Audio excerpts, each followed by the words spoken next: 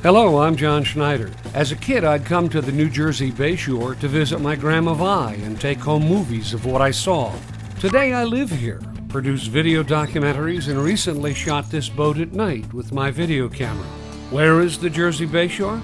Well, let's start with the big picture. It's somewhere in here, part of the universe, and it's definitely part of our world. But it's like no place I've ever experienced. And as soon as we land, I'll show you around.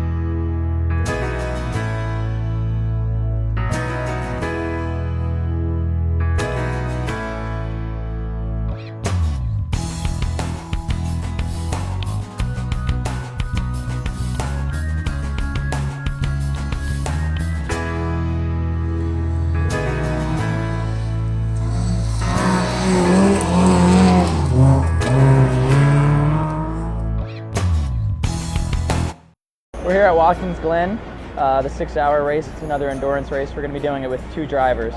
I always love coming back to the Glen. It's kind of the closest track to home for me this year. It's a couple hours away, and the family could be here and everything like that. So it's a fun race and a great event to be at. Hi, I'm Frankie Montecalvo. I grew up in Highlands, New Jersey, and I drive race cars for a living.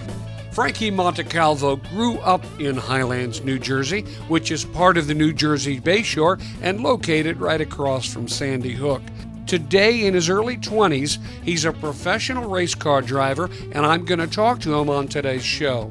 Frankie made his racing debut in 2008 by entering various club and historic events. And contrary to the traditional way drivers progress in this particular profession, Frankie actually drove a race car before setting foot in a go-kart with a shift. I really enjoyed talking with this young man. He's genuine, and his passion and commitment to racing is obvious.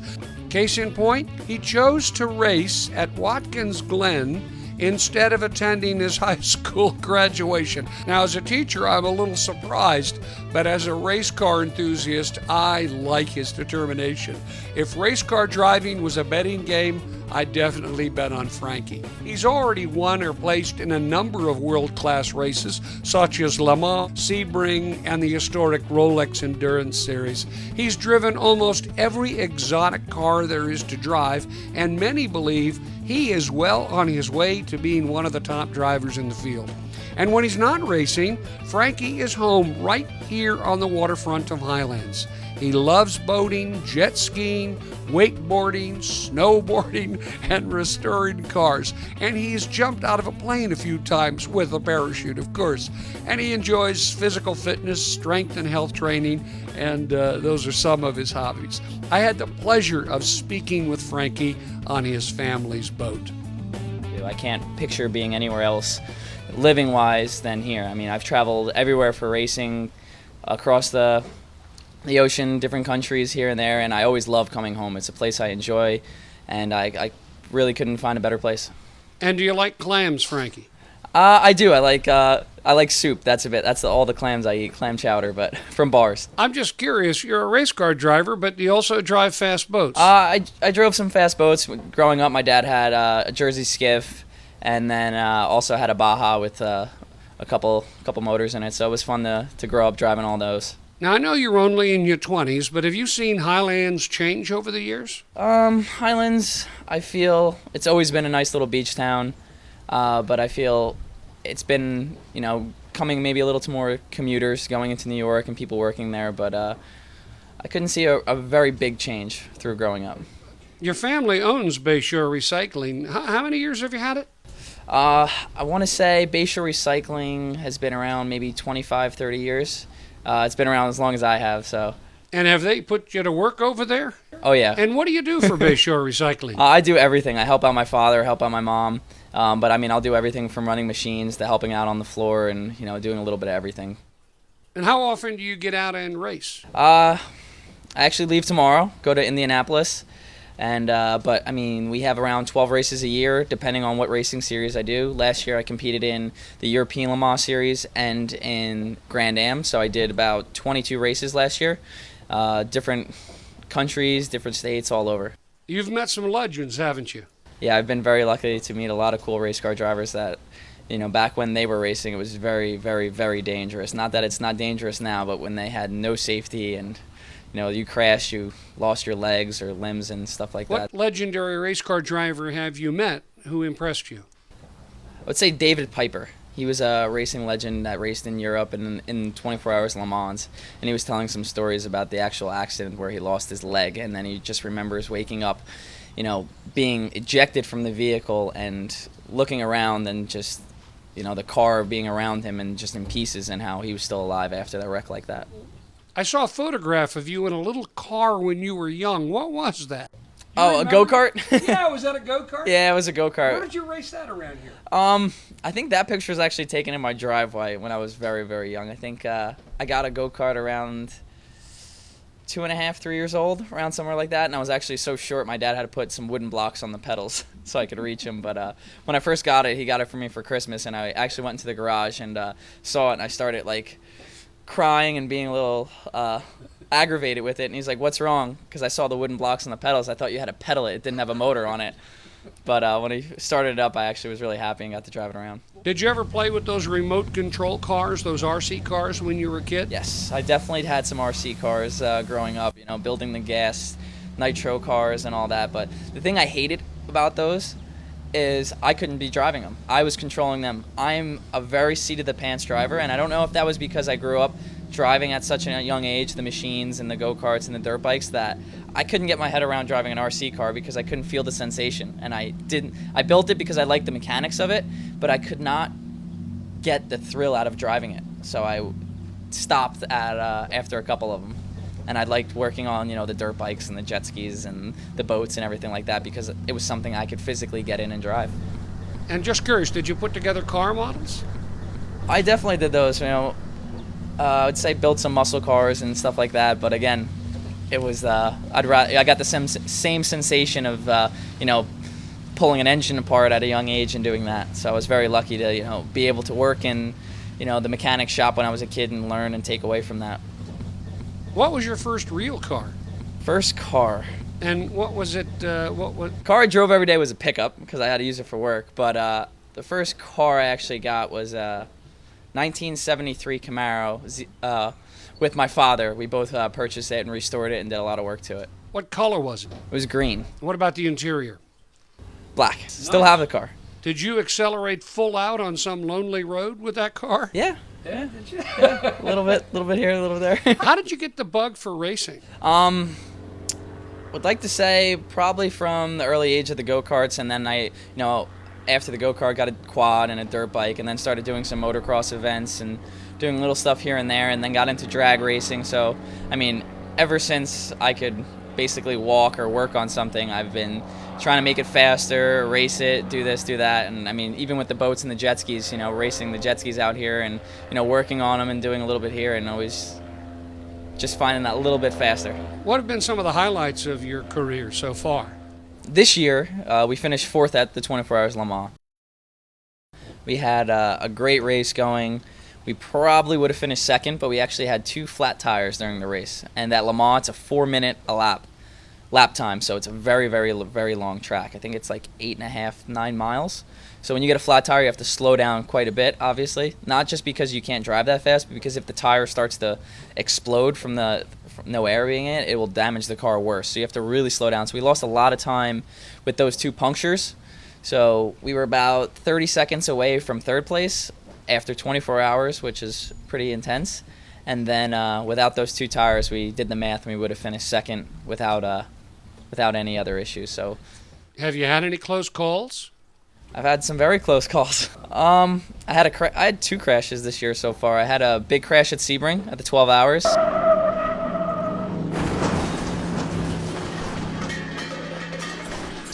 Cars crashed in front of me, and we were following pretty close, nose to tail.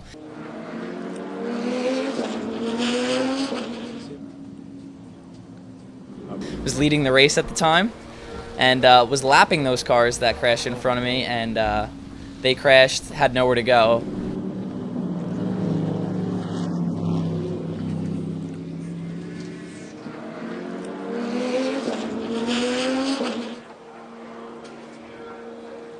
Tried avoiding it as best I could, but had contact and destroyed the car.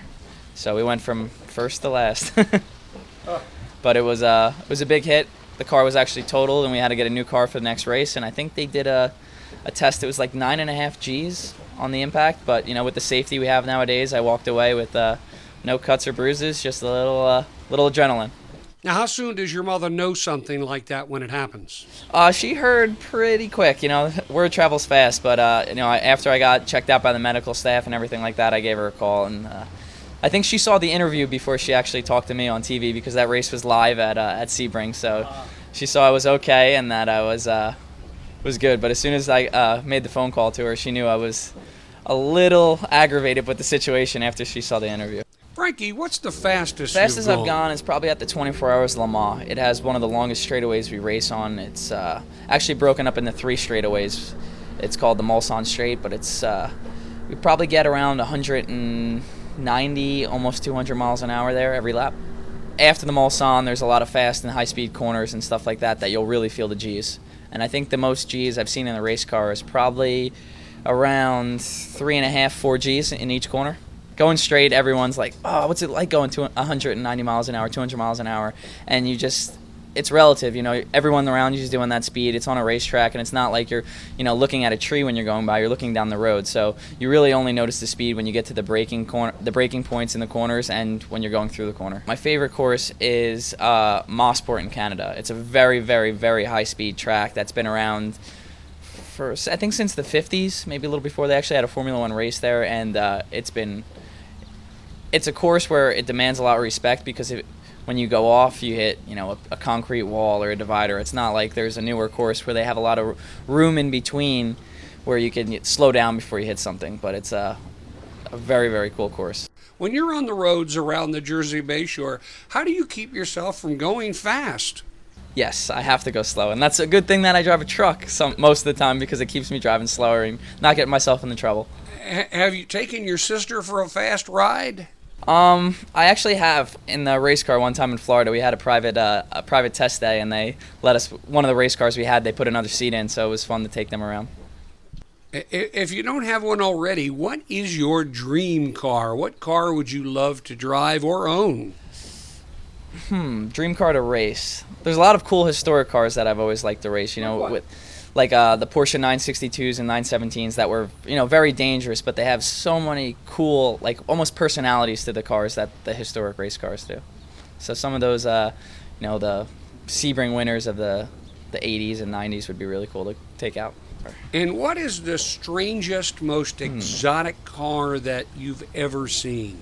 I probably would say it's a Lotus T125. It's a purpose-built race car that is basically a Formula One car. It was probably the fastest car I've ever driven on a track, and the most exotic. There's not too many around. Your family and friends must have mixed emotions about the career you've chosen, yes? I mean, it's glorious but dangerous, right? Yes. My father seems to do pretty well with it, but definitely my mom takes it the hardest. During some of the races, she can't even watch. She'll be fine with the pre-events and, the fan walk and everything like that, but when the race starts, she has to, go hide because it really gets to her. She was fine with it, and she didn't have that issue until she saw the first wreck I was in, and after that, it's kind of taking a little toll on her. What's the most important thing for a race car driver to be aware of regarding safety? Definitely have to trust your mechanics and your team, setting up with a good, safe race car, because if the brakes don't work, there's going to be a problem there. So that would be one of the things that hit home. And then also knowing the other drivers you're around, because there's different experience levels with your racing. So especially in endurance racing, there's sometimes 2 to 3 different drivers in each car. So you could see someone out there that's really, really, really fast or doing a great job, and then there could be someone that's a little more off the pace. Their experience level isn't as high as yours, or even a different caliber of driver. So you have to learn the cars, learn the drivers in there, and know who you're racing with. Frankie, have you ever had champagne dumped on your head? I have. What's that like? It actually sometimes stings if you get in your eyes, because you're so sweaty, you've just been in the car for so long, and then you have all those open pores and get some champagne dumped down the back of your suit. It's not the best feeling, but it's definitely rewarding. I remember my first podium race in a professional race. My co-drivers and everyone grabbed the champagne before I could get my hands on it and showered me in it and dumped them all down my suit. So that was my first experience. When you're not racing and you're home, do you get restless? I do. I just gave another interview a little while ago, and I was telling them how excited I am to get back to the racetrack and get back in the car. Not that not that I don't love being home, but it's just something that you enjoy doing, so you always want to do it as much as you can. What does it take, Frankie, to be a good race car driver? Focus and determination. You really need to, everyone could have that skill naturally, but if you don't hone it and practice it, you're not going to be anywhere near the caliber drivers that are out there in the world. You just need to, find your goal and try to achieve it. Do you have any rituals before a race? Are there things that you do? Not so much a ritual, but it's definitely something I always will like before a race. I'd like to go get a room by myself or get even in the race car, and just have no one bother you and close your eyes and try to visualize what you want to accomplish in this race and what your goals are. And just kind of close your eyes and try to visualize it. And I feel like that works the best for me, but other drivers do different things, and everything works different for other people. Have you ever listened to music while you're racing? No, I wouldn't say it's distracting, but you really want to be almost in the zone. I think if there was music playing, I wouldn't even realize it was on, kind of a thing, because you're constantly looking down the track, trying to find the next point, breaking point, the turn. You're racing so close to other people that, like I said, you're so much in the zone and focused that it would probably just be background noise. I'm just curious, what's your favorite racing movie? Probably Le Mans. That was definitely one of the cool ones that you could watch, and especially once you go there and you experience the 24 hours Le Mans, you go back and watch the movie of how it used to be. It was pretty cool. Frankie, what did you learn from your mother and father? My mom actually taught me how to drive. It was pretty funny. She taught me how to drive a car in a stick shift. That was one thing my mom taught me. And my dad, I've just been with him running machines forever, so they both kind of contributed to my driving ability. Is there a team race where you switch? Gunnar Jeanette. We raced pretty much through the beginning. He took me under his wing like a big brother and showed me a lot about the racing world and taught me a lot of things. So we definitely race, I'll be racing at Indy with him. In the endurance racing, you'd have 2 to 3. At Daytona, you're allowed 4 drivers. So depending on the event and the length of it, we'll have, 2+ drivers.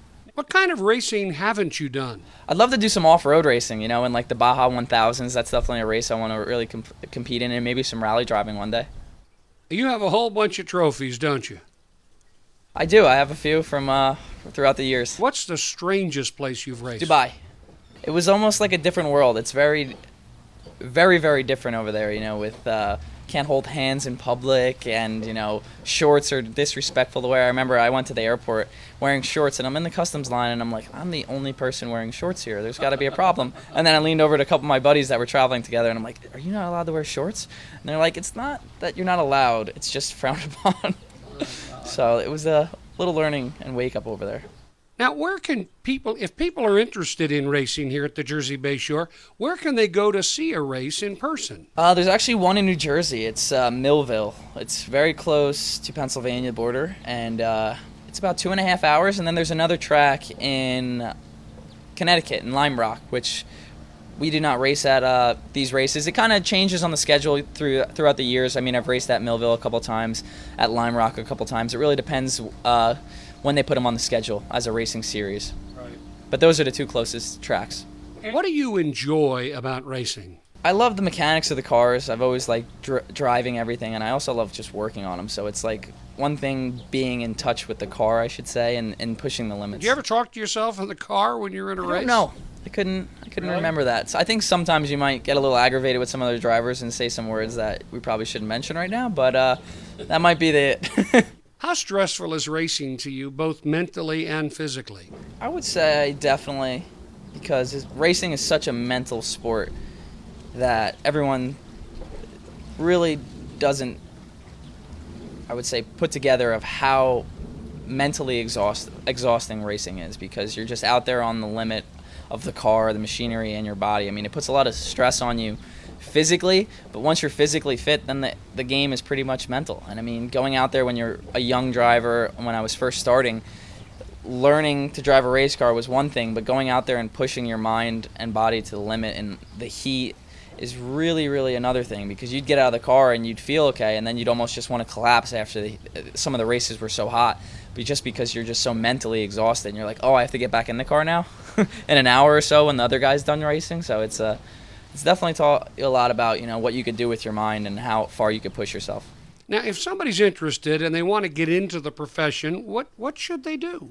The best thing would be to probably race go-karts from a young age. I mean, I didn't do that, and I wish I did, but everyone really starts out now if they want to be a race car driver, go-karting with the shifter carts or the road taxes, and racing those across the country, because that, those skills that you learn in the racing go-karts transfer directly over to racing a real car. I mean, it's the same principles of driving that you use. I mean, the best thing for me, because of testing and everything with the cars are so expensive that a lot of teams could do it, but they are only allowed so much, that I even go kart to this day. I mean, it's something that I do just to keep my skills up, and it's definitely one of the closest things you can get to the race car. What makes our area special to you? I don't know, there's just something about the ocean for me. I mean, no matter where I travel, I've seen, been to California with the ocean, but there's something about this area and being on the ocean that I love, and I could not picture living anywhere that does not have an ocean. It's something there that you love coming home at night, and the only thing you hear is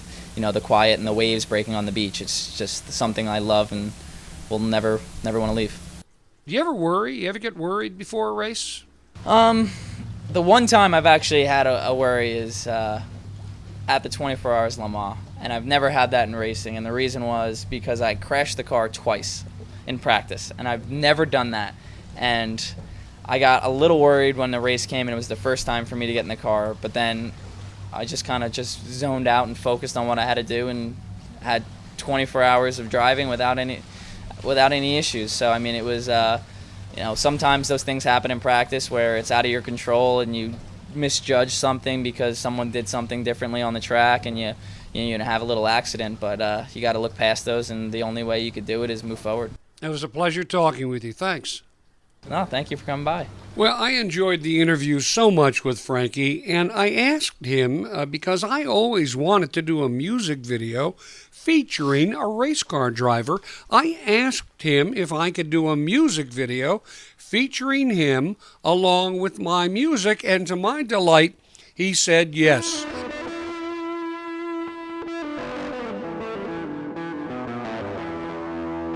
So I took one of my songs called Get Out of My Way and a lot of his racing footage, thanks to Bayshore Recycling, and I put it together. And this is the world premiere of Frankie Montecalvo in Get Out of My Way, featuring my music. John Schneider, I hope you like it. And again, thanks for watching.